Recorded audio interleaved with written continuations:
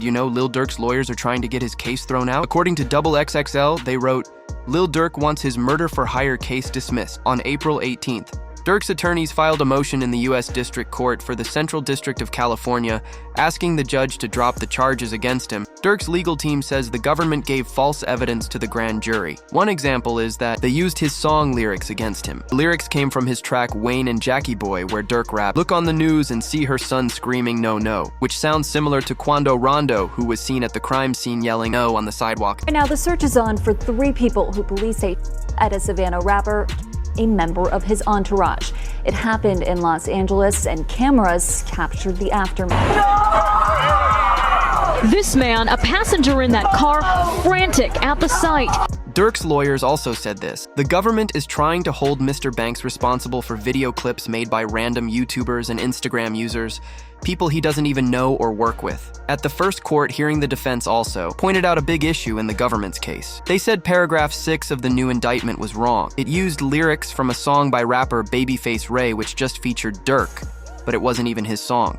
Durk's team says Wonderful Wayne and Jackie Boy was recorded 7 months before this actually happened. And the specific version of the song that had audio from the news clipping actually overlaid onto the song is a fan edit, not the original song that Durk recorded and released. Basically, they're saying that the key evidence used to charge Durk were lyrics written and recorded 7 months before the incident even happened, and then an internet mashup that a fan edited and posted. There's strong evidence that Durk recorded the song before Lil Pab even passed away. The original project file shows the recording date through the software used to make the track. Despite that, prosecutors are still using content from YouTubers and streamers to try and build a case against Lil Durk. One viral clip that made waves came from a DJ Academic stream, where he said Durk basically snitched on himself, laying out all the crimes like a roadmap through his song titles and album names. 2020 Von, 2021 his brother dies. 2022, the niggas who his brother, they get clapped. The two Von, at least a cousin of theirs get clapped. 2023, he drops an album, I'm almost healed. You ever think about that, chat? It's like poetic. 2020, Von dies. 2021, his brother dies. 2022, get back for both those situations. 2023, I'm almost healed. Crazy, huh?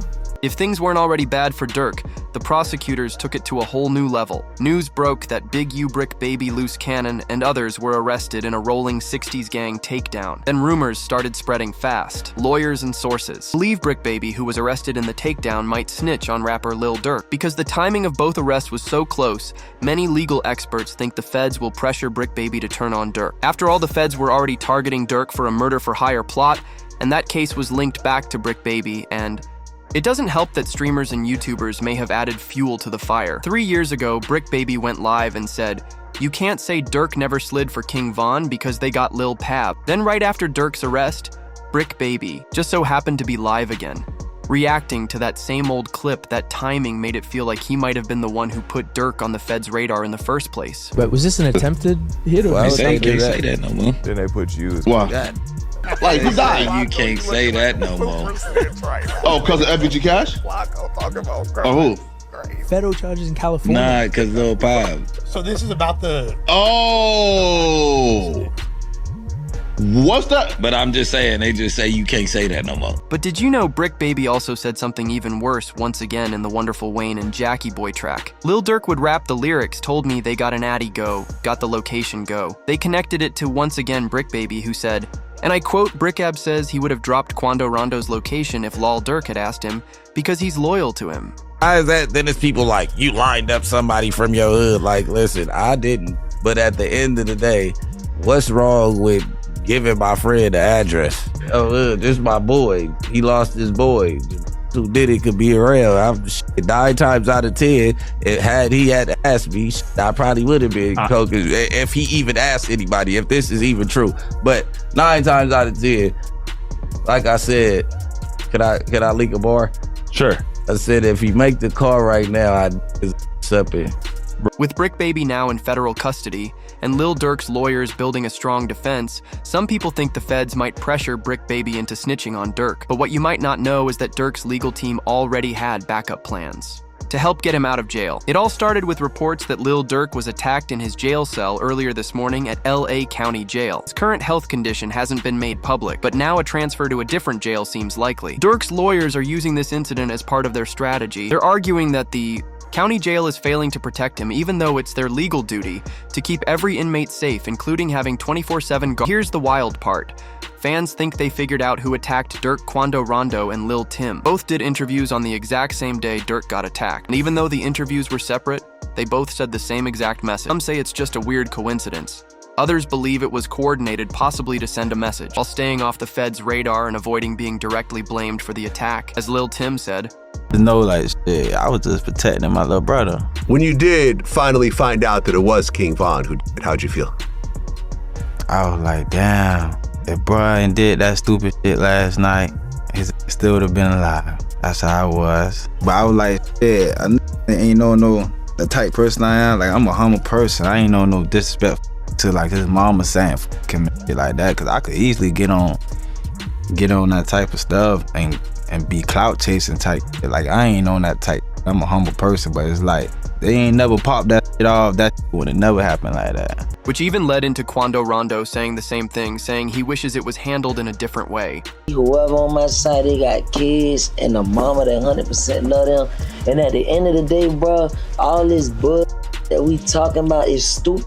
That could have been handled a totally different way. It could have been handled to the point where a song and $3-4 million could have came out or whatever like that. It could have got handled in a legit way, in a music way. Quando Rondo and Lil Tim both recorded interviews on the same day. Durk was attacked in jail. Even though they were interviewed by different people, the clips were released at the same time, which fans believe was done on purpose. Some say it was used as an alibi in case things went bad or fingers were pointed their way. But sadly, Lil Durk isn't just being targeted from the outside, he's also being targeted from within, his own circle. According to recent updates, the feds are now processing over 230 gigabytes of digital evidence. This includes audio and video recordings, surveillance footage, and more than 2,000 pages of documents. All of this evidence was reportedly supplied by a fellow gang member named Jam Court. Documents claim that the feds believe Lil Durk paid to have two people dealt with. Stefan Mack, who was allegedly involved in the death of Durk's brother Dethang Jam,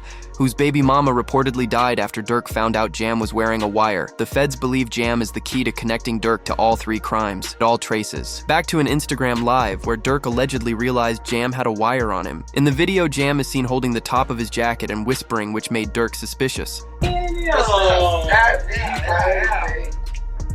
Hey, kid! I ain't gonna lie, my whole dream changed. I ain't gonna lie, like back in the day. Oh, my! Oh, dang! Like back in the day. Look, he took out. Check on your man, I heard you got his head. Yeah. I ain't gonna lie, man.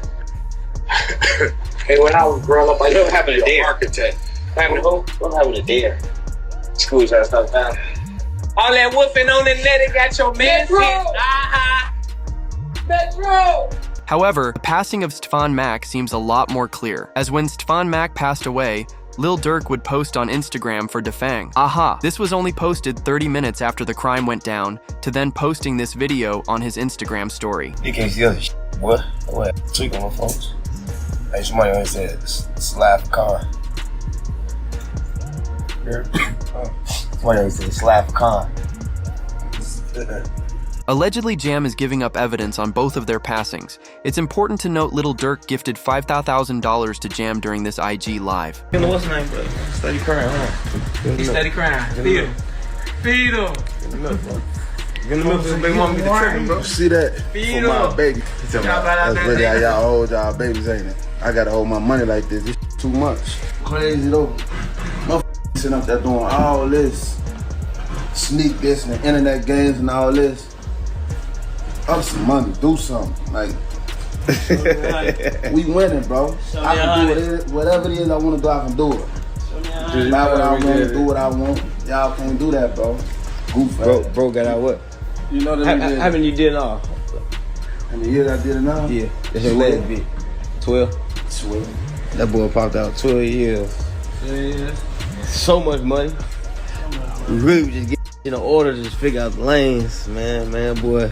However, that IG Live is extremely important. As the feds were able to investigate it further, they then realized the people in the background of the video were the same that were with King Von jewelry shopping at Icebox, making it clear they were all very close friends. Solitary stone. We just looked at him, man. Let's go over there. What up, bro? Boss, you good? My boy. Let's go. They got real in here, man, because he just stepped in. The money man just stepped in. But thankfully, Durk's lawyers, they don't seem fazed. They would end up hinting towards his release date, which is going to be in 2025 before the release of his newest album. An update read, Lil Durk says it's better to be low-key with your money if you can't afford 10 Maybachs. Don't buy one. We already came with a plan to be like feature run, album time. We're gonna do that prayer, we're gonna do this, we're gonna do everything in a way that it's gonna be big. I ain't looking at nothing small no more. I'll wear this 5 days straight, we doing okay. Durk broke. I sell all this shit. I have one car. It's not that I can't get it, it's I don't give a f. I'm not thinking backwards. If you can't buy 10 Maybachs, don't buy it. This resulted in a viral comment that shared, anyone else feel like Durk's team releasing his best motivational moments, softer moments, and overall nice times is a way to package it to show the judge Durk's influence was always good? He would end up being correct. Even academics then tweeted, we're praying for Durk, by the way, he sent me word he would have album of the year. This resulted in an F Insider saying, Durk album shortly, but something bigger is happening behind the scenes. All I could say is free Durk. This is then when it was announced. Kodak Black's attorney Bradford Cohen says Lil Durk has a chance to beat the King Van and Quando Rondo revenge case unless testifies against him. He says, I'm hesitant to say they have a slam dunk case on Durk Banks. I think they have a long way to prove that the conspiracy against him is false. When it comes to Durk Banks, you know, so far I've seen one text that says don't have them associate my name with any kind of flights that they're taking. Certainly that's not a good text, but is that the only text? Because that doesn't, you know, that in itself doesn't stand on its own. Certainly it's circumstantial. But like I said, we have to wait and see what other evidence they have. If they have a snitch, if they have videotapes or audio tapes of him saying something, I think that's a lot different than, hey, just make sure you don't associate my name with these guys. So I'm hesitant to say that they have, you know, a slam dunk case on Durk Banks. Banks, that same lawyer, would then investigate further. He was then able to figure out the next possible release date for LOL Durk. So it all depends on the hunger of the U.S. attorney and the AUSA that's involved. And if they want this individual badly enough, they'll make very attractive deals for these individuals. What does a very attractive deal look like? I think they go for the lowest hanging fruit. Whoever, you know, didn't actually guy, you know, maybe someone that was involved that didn't actually, or someone that, but it didn't hit, you know, they're going to have forensics. Yeah. So they'll take whoever is the least culpable, and I think that they'll approach him and make a deal with him, that'll be the most attractive. And if that guy doesn't make a deal, they'll move on to the next guy. So usually that's what happens, right? You go for the lowest hanging fruit first, the guy that you think will flip, the guy that didn't really have that much involvement. And I think what also is interesting with the indictment is it wasn't just money. They're like, oh, it could have been money or it could have been career advancement.